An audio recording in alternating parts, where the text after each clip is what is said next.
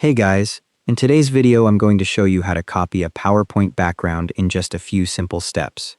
Right-click on the slide with the background you want to copy in the thumbnail pane on the left, and a context menu appears with options including Copy, Paste, Duplicate Slide, and Delete. Click Copy, the menu closes, and the slide is now stored on your clipboard ready to paste. Now right-click on the slide where you want the background applied, and the same context menu appears. Click Paste with Source Style, and a new slide appears with the copied background design intact. You'll see it in the thumbnail list and in the main editor view. If you want to keep your existing slide content and only apply the background, paste the slide first, then copy your original text back over it. The Paste with Source Style option is key here. If you use the plain paste option instead, you'll get the content but lose the background design.